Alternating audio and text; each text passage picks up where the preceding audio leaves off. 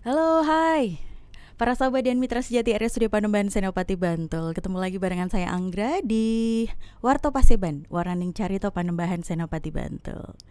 Sudah ada bersama dengan Anggra, beliau adalah Dr. Budi Nurrohmah. Beliau adalah seorang kepala bidang pelayanan medis ya dok di RSUD Panembahan Senopati Bantul. Assalamualaikum warahmatullahi wabarakatuh. Waalaikumsalam warahmatullahi wabarakatuh. Gimana kabar dokter? Sehat? Alhamdulillah sehat luar biasa. Sehat selalu, semangat sehat ya. Selalu semangat. harus banget.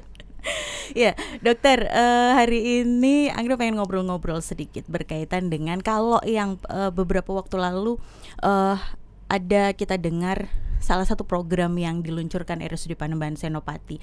Kalau nggak salah waktu itu bersama dengan bidang keperawatan dan penjaminan mutu. Ada program Semar Kompas. Kalau yang sekarang bersama dengan Dr. Budi nih ada program namanya Materi Paseban.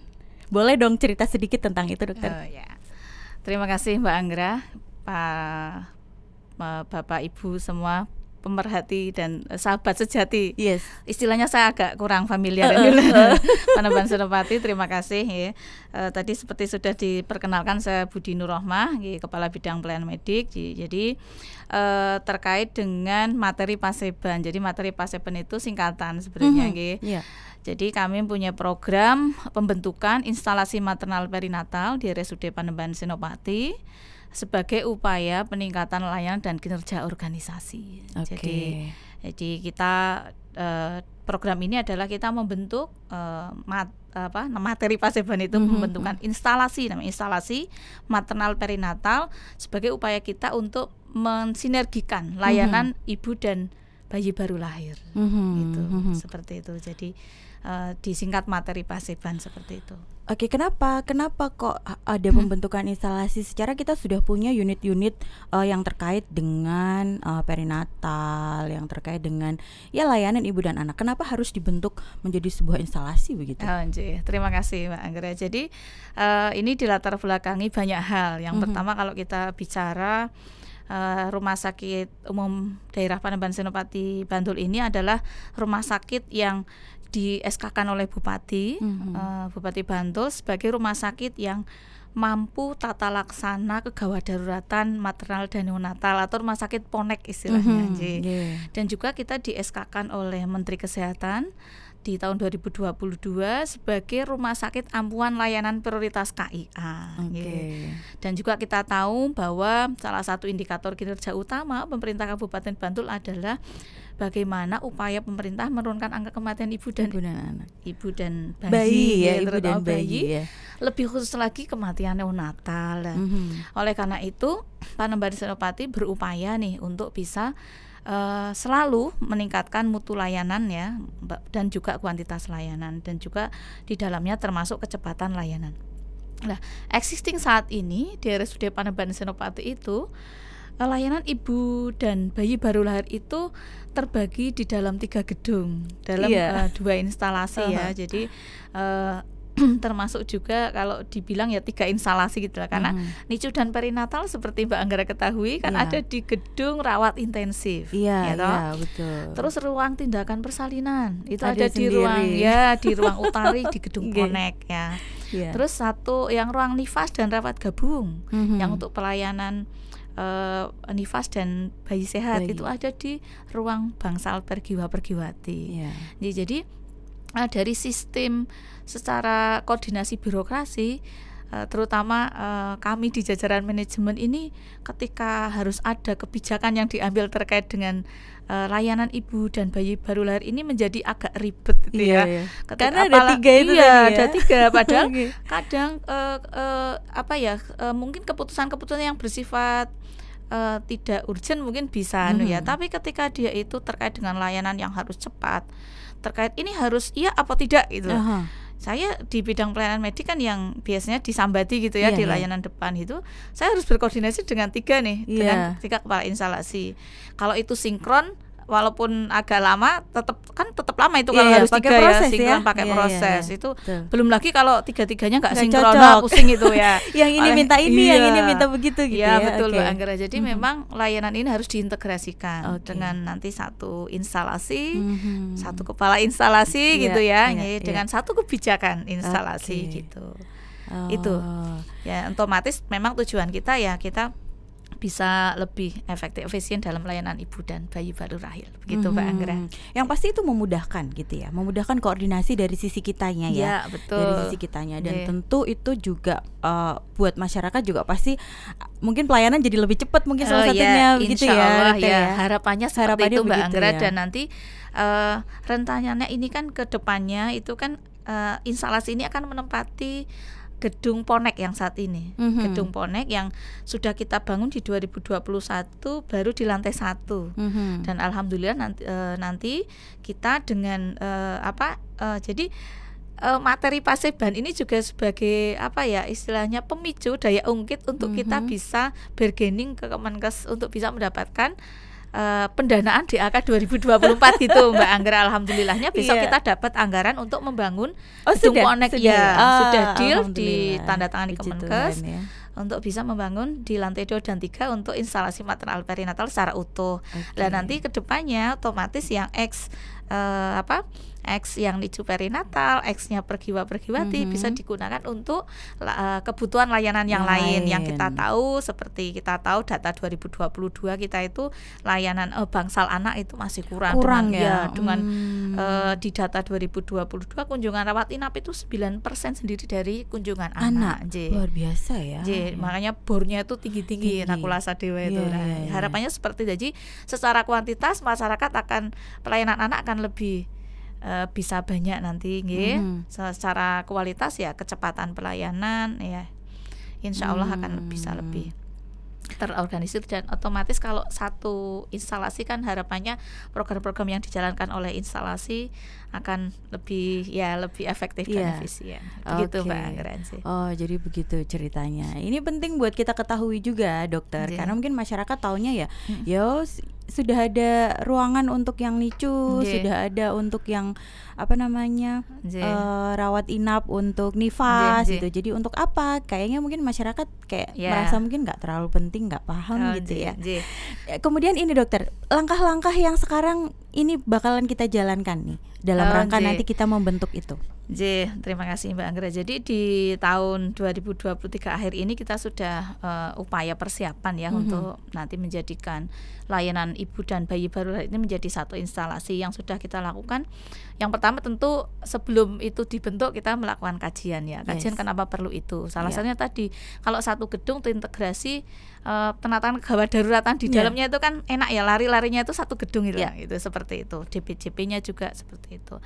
Terus yang kita bikin kajian dan sudah di ACC Pak Direktur nanti untuk pembentukan dan kita sudah menyiapkan rancangan peraturan direktur tentang organisasi non struktural karena instalasi itu adalah organisasi non struktural yang menurut Perbup 55 2023 itu dibentuk oleh Pak Direktur gitu. Kita sudah siapkan tapi karena memang belum bisa ditok gitu karena memang kita menunggu dari atas karena kan istilahnya perombakan SOTK struktur organisasi RSUD belum dilakukan nanti menunggu itu. Terus juga kita menyiapkan pedoman pelayanannya, pedoman organisasinya begitu. Dan yang penting tadi kita menyiapkan pendanaan untuk pembangunan lantai 2 dan 3 untuk pembangunan sarananya. Juga kita mengusulkan alat-alat yang diperlukan yang tadi saya matur bahwa kita itu harus juga progres memenuhi kriteria layanan ampuan prioritas KIA Setratia Madya di 2024. Jadi kita sudah ditarget Kemenkes seperti itu. Kita upayakan dengan pengusulan itu di dana DAK dan kemarin juga ada tambahan selain DAK kita ada dana PLN ya pinjaman luar negeri yang itu juga kita dibuka untuk kita agar kita bisa memenuhi strata madya rumah sakit lain prioritas KIA. Jadi seperti harapannya otomatis ya kalau ada penambahan alat sudah di gedungnya dijadikan satu gitu ya otomatis ya secara kualitas pelayanan insya Allah lebih meningkat. Berarti nanti direncanakan di tahun 2024 ini dok ya? 2024 kita bangun, sudah mulai bangun pengadaan alat juga, sekarang kita persiapannya di itu pembuatan perdir ya untuk agar kita ketika di deal gitu ada perdiran struktural pembentukan yang memuat pembentukan IMP itu ditandatangani Pak Direktur, kita sudah bisa running karena sudah ada pedoman organisasinya, pedoman pelayanannya begitu, dan nanti itu tinggal memenuhi sarana-sarana dan alat kesehatannya. Persyaratan-persyaratannya itu ya. Insya Allah sudah deal di DAK 2024 untuk pembangunan lantai 2 dan 3. Wah, luar biasa. Alhamdulillah, Usaha yang luar biasa. Ya, terima kasih Mbak Anggra. Ini ya untuk semuanya, untuk masyarakat terutama kita sebagai pelayanan publik. Ya, nanti untuk proses pembentukan kayak pembuatan pedoman dan proses-proses yang harus disiapkan secara administratif. Itu yang mengerjakan di bagian kita itu punya tim efektif. Tim efektif. Tim efektif pembentukan instalasi maternal perinatal. Jadi saya minta teman-teman bantuannya banyak yang saya termasuk juga ya dari bagian Humasdik karena ada hukumnya di sana. Teman-teman yang ada di lapangan yang terkait selama ini dengan pelayanan maternal perinatal gitu. Artinya ada dokternya, ada perawatnya, ada kepala instalasi. Kemarin. Dan itu juga nanti pasti nanti akan ada struktur instalasi begitu ya. Struktur yang baru yang gitu integrasi ya. yang namanya instalasi maternal perinatal. Ya, itu nanti rencana mungkin itu ketuanya dari dokter. Ya, yang jelas dari spesialis ya. Bisa dokter anak SPOG bisa anak, tapi kemungkinan dari SPOG. Tapi kita nanti kajiannya harus kita ada sampaikan. Kajian lagi. Ini kan menggabungkan ruang tindakan persalinan, ruang nicu perinatal dan bangsal pergiwati gitu. Begitu. Ini tetap ada target kerjanya nggak dok? Tetap ada ya. Tetap ada. Kalau pembangunan lantai 2 dan 3 kan harus selesai di 2024 bagaimanapun. Gimana pun caranya alat gitu juga, ya. harus selesai karena itu dana DAK 2024. Ada pertanggungjawabannya yang harus segera dilaporkan gitu ya. Oke. Tapi sebelum itu untuk operasional satu gedung kan kita bisa minimal mendapatkan satu manfaat yang sebelum itu pelayanannya memang betul-betul satu gedung, yaitu manfaat dari peringkasan koordinasi reforma istilahnya kita bilang reformasi birokrasi. Jadi peringkasan birokrasi koordinasi yang tadinya dari harus beberapa DPJP 3 DPJP yang harus saya koordinasikan itu menjadi satu kepala instalasi. Oke, berarti itu untuk instalasi dari sisi koordinasi itu sudah bisa jalan duluan gitu ya? Kalau sudah ditetapkan perdirannya insya Allah kan bisa awal Januari ya, 1 Januari mungkinan bisa begitu perdir non struktural ditetapkan itu bisa ditetapkan. Kalau itu sudah ditetapkan walaupun lantai 2, 3 belum siap kan secara struktur sudah instalasinya satu sudah bisa dijalankan nanti seiring nanti ini kita proses juga untuk kajian kepala instalasinya. Jadi begitu perdir organisasional struktural ditetapkan oleh Pak Direktur, nanti akan ada perdir yang kajian dengan kajian ke instalasi. Jadi penunjukan kepala instalasi, pedomannya sudah ditetapkan juga kan bisa langsung. Berarti langsung gitu ya? Ya, jadi paling enggak saya menyuduh mumetnya saya. Karena sudah bisa terrealisasi gitu ya. Jadi paling enggak secara koordinasi saya lebih simpel, tidak pusing. Ya lebih cepat, lebih praktis gitu ya. Dan Karena lebih kalau cepat. layanan ibu dan bayi baru itu kan kebijakan itu kadang nggak jam-jaman ya, begitu ada harus cepat gitu. IGD dia konsul DPJP terus dia ini gimana? Konsul kepala bidang pelayanan medik gitu. Saya harus gitu kayak gitu. Kalau besok kan IGD instalasi maternal perinatal sudah langsung satu aja. Atau ke saya langsung ke kepala instalasinya. Enak itu. Harapannya begitu ya dok? Ya begitu, dan masyarakat juga lebih cepat terlayani karena keputusan kita juga keputusan pelayanannya lebih cepat. Iya, kalau berkaitan dengan kasus-kasus yang ada untuk berkaitan dengan ibu dan anak maupun ibu dan bayi baru lahir itu memang sampai sekarang di kita masih ada ya dok? Masih, karena masih banyak karena rumah sakit kita itu adalah rumah sakit rujukan regional kasus kegawatan ibu dan bayi baru lahir. Jadi istilahnya apa ya, rumah sakit di RSUD di sekeliling Sekitar. Bantul itu, sekitar Bantul mesti merujuknya ke sini ya. karena memang ditunjuk seperti itu. Nggih, Iya, dokter, ini menarik sekali ya kalau buat saya karena adanya instalasi maternal perinatal gitu ya. Jadi materi paseban. Iya, betul. Itu menurut saya nantinya kerjanya akan sangat enak gitu. Membayangkan alurnya tuh udah enak gitu ya. Ini kalau untuk masyarakat yang bisa secara langsung dirasakan nanti apa ya? Oh, iya. Kalau dari ini ya, dari pembentukan ini. Terima kasih Mbak Anggra. Kalau dari pembentukan ini yang bisa dilaksanakan, yang dirasakan langsung oleh masyarakat ya kecepatan pelayanan. Itu ya, yang apalagi ya. kalau dia terkait dengan kegawat daruratan ibu dan bayi baru lahir, ya. Apalagi ya dia kegawat daruratan yang kita kan tetap ada ya di lapangan itu sesuatu yang dia menyimak, aduh ini SPO-nya seperti ini toh, kasusnya seperti ini gitu, yang seperti itulah ya. Jadi jadi pengambilan keputusan layanan itu menjadi lebih cepat dan ya harapannya banyak lah untuk nanti bisa mempercepat pelayanan ke masyarakat gitu dalam kegawat daruratan ibu dan bayi baru lahir yang masuk ke kita itu. Seperti itu. Dan yang tadi saya matur ke depannya ketika sudah pergiwati geser gitu kan, yang ex bangsalnya bisa digunakan untuk masyarakat yang membutuhkan layanan rencananya untuk bangsal anak ya, walaupun nanti mungkin ya sesuai kajian rumah sakit lah, tapi intinya akan menambah kuantitas pelayanan kita dalam bentuk ya jumlah TT yang kita sediakan lebih banyak karena kita banyak yang ya, kalau apalagi anak itu banyak yang istilahnya karena daya tampung kita terbatas ya, saat ini tuh baru 32 TT di bangsal anak, padahal yang bangsal dewasa sekian banyak. Padahal kalau lihat masyarakat kan animo masyarakat itu istilahnya itu masyarakat akan lebih mudah memasukkan rawat inap pasien itu ketika yang kena itu anaknya. Orang tua itu ketika dia sakit ditahan-tahan. Ya tahu Anggra. Tapi ketika gitu. Ketika dia anaknya wes ambek bengi-bengi wae panas itu wes langsung larikan gitu. Ya seperti itulah. Jadi mudah-mudahan nanti bisa bermanfaat.